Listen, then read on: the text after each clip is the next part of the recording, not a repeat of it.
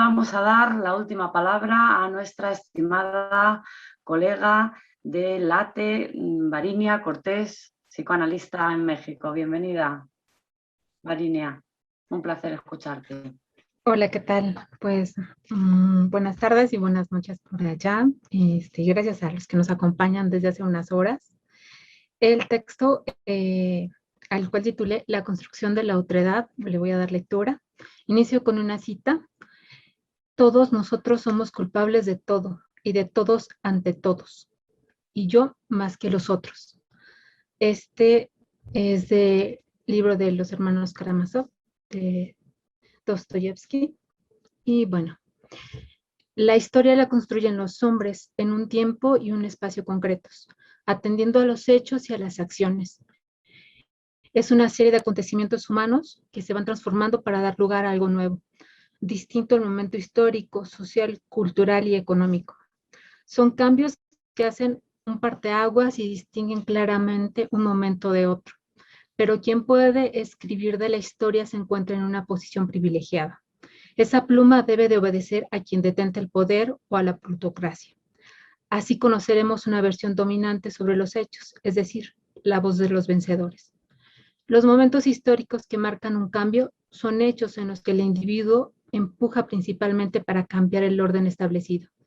Con ello busca tener mejores condiciones de vida, pero cuando esto ocurre, se mueven las estructuras y superestructuras que sostienen los intereses políticos y económicos. Como resultado de esto, se presentan manifestaciones de masas buscando que las cosas no cambien, o bien que los cambios que empiezan a visibilizarse se profundicen. Esto generará dos grupos que entrarán en pugna. Uno que pretende que nada cambie y otro que busca cambiar la realidad como la conoce. Es evidentemente una lucha de clases. Cuando se aprecian claramente los conflictos sociales o posiciones opuestas entre los grupos sociales, es porque ocurre un cambio de régimen. Cuando las estructuras de poder se mueven verdaderamente, los representantes de esos intereses saldrán a defender sus cotos.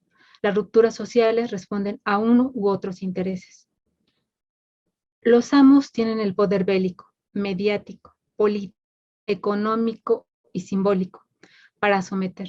Saben que hay consecuencias cuando se permite que el sometido pueda elegir, pensarse, tomar decisiones, pues estos cambios en lo individual y colectivo atentan contra el orden y sus intereses.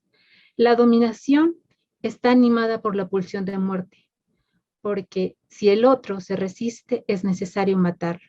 En esencia, esa medida no ha cambiado. Se mata al otro en lo real o en lo simbólico. Se le niegan derechos, se le anula. Cuando alguien se resiste a acatar las reglas del gran otro, siempre hay consecuencias. Lo diferente, lo que altera el estatus, es lo que resulta un peligro. La dominación política, cultural, ideológica está enraizada en un deber ser erigido como amos. En América Latina, desde hace varias décadas, se han desarrollado teorías, principios epistemológicos y ontológicos para explicar la realidad latinoamericana desde las particularidades de nuestros pueblos, atendiendo esta posición entre las propuestas para responder a esta dominación eurocéntrica. Se conceptualiza la filosofía de la liberación, que en palabras del filósofo Enrique Dussel, es ponerse en el lugar de los pobres para desde ahí hacer diagnóstico de la patología del Estado. Este planteamiento dio lugar a una serie de propuestas epistemológicas como la ética de la liberación, entre otras, que tienen la finalidad de desmontar la carga occidental en el pensamiento filosófico y construir sus propias teorías para explicar la realidad latinoamericana. Por ese mismo tiempo surge la teoría de la dependencia, que expone cómo los países centrales se han enriquecido explotando a los países de la periferia, en una explotación de la fuerza de trabajo y de despojo de los recursos de los pueblos que fueron colonizados y siguen siendo sometidos a través del mercado mundial y la acumulación global del capital.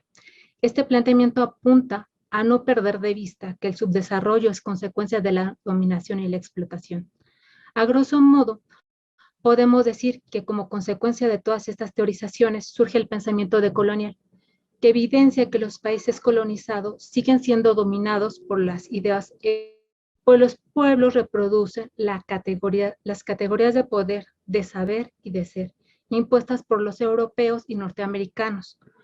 Una dominación racial que utiliza categorías biológicas como el color de la piel, que después veladamente serán ideológicas. Y tenemos, bueno, pues de esto claros ejemplos en América Latina, donde a veces surgen conflictos por que algunos indígenas quieran ser presidentes o detenten algunos pues, lugares de poder, o cómo justo el color de la piel incide en que se posicione de una o otra manera la gente, ¿no? O hasta la forma de hablar.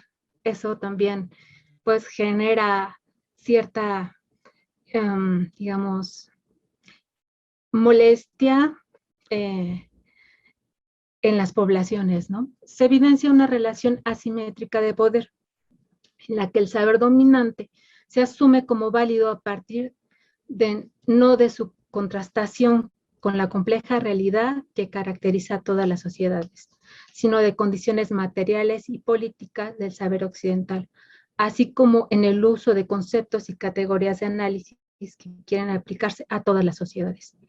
Mientras que las formas de saber de los pueblos que fueron colonizados se ven desplazadas o suprimidas.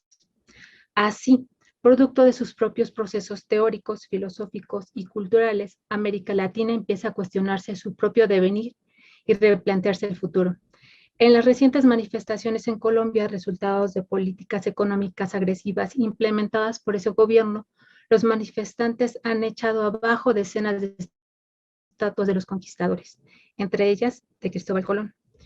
En octubre del 2020, en la Ciudad de México, diversos colectivos pidieron retirar monumentos que representaban la muerte de millones de indígenas o afrodescendientes, por considerar que ofendían nuestra historia. Mientras que en las protestas desatadas por el racismo y la muerte del afroamericano George Floyd en 2020, dieron como resultado el derribamiento de monumentos de personajes que representaban esclavitud y colonialismo, así como estatuas del bienes Cristóbal Colón y de líderes confederados. Los manifestantes que protestaron en Reino Unido echaron abajo la estatua del esclavista británico Edward Colston. En Bélgica dañaron monumentos a Leopoldo II. Las posiciones ideológicas dominantes califican qué es lo bueno y lo que no. Ellas erigen estatuas según sus posturas. Quienes reprueban que se dañe o retiren esculturas de los confederados o de los conquistadores se sienten satisfechos por no ver los monumentos de Stalin o de Lenin en los países de Europa del Este. No se trata, como dicen los historiadores, pretender cambiar la historia derribando los monumentos. Cambiar lo que ocurrió en la realidad objetiva es imposible. Es derribar lo que representa simbólicamente. Es pensar que ese símbolo ya no tiene esa fuerza para colocarnos en el lugar de oprimidos. Permitir que los pueblos puedan narrar su propia historia, que puedan mirarse desde sus aportes, sus cosmovisiones, sus deseos. Cuando los monumentos caen, se hace historia, porque hay algo irreversible en la caída de la escultura. Representa simbólicamente la victoria contra el viejo régimen. Este es, bueno, algo que tomé de un medio de comunicación alemán, Duchet de Bell, y bueno, esto también, bueno, es algo que da lugar para empezar a construirse, ¿no? Los símbolos tienen que ser derribados para dar lugar a algo nuevo, apostar a la construcción de un deseo, apostar a un saber, a un ser. Y para ello es necesario, como lo dice Levinas, no reproducir la diferencia de la otredad, no reducir la diferencia de la otredad, asumir una responsabilidad de no pensar al otro como lo mismo, desde el cogito. Concebir que la relación con el otro pasa por no subsumirlo en nuestras categorías. Hay una imposibilidad de concebir al otro como algo distinto. Y lo que genera, y esto es lo que genera conflicto, de Dejamos de preguntarnos quién es y cómo podemos relacionarnos. La relación con el otro debe de ser una relación ética, nos dice. No esperar ver el conflicto en sí mismo cuando se ve al otro, no reproducirlo a la propia imagen. El sentido del lazo social está en mirar al otro, establecer una relación desde la proximidad, desde el reconocimiento como un sujeto, no como un objeto. Gracias. Muchísimas gracias, Varinia, por tu participación. Me quedo con que el psicoanálisis puede ser esa posibilidad de reescritura. Y para dar paso a la mesa y a los comentarios, solo comentar que gracias a todos por vuestra participación en este encuentro. Y yo, una de las ideas que me voy a llevar es que en la actualidad, en este momento contemporáneo, como decía Varinia, hay una dificultad de asumir la responsabilidad, y con todo lo que hemos hablado del fanatismo durante toda la jornada, quizá para generarse una identidad. Quizá esta caída de estos padres, de estos roles fuertes, nos dejan un poco con estas metáforas nietzscheanas y sin posibilidad de ocupar el lugar de adulto, de padre, de representante de la ley simbólica de la cultura.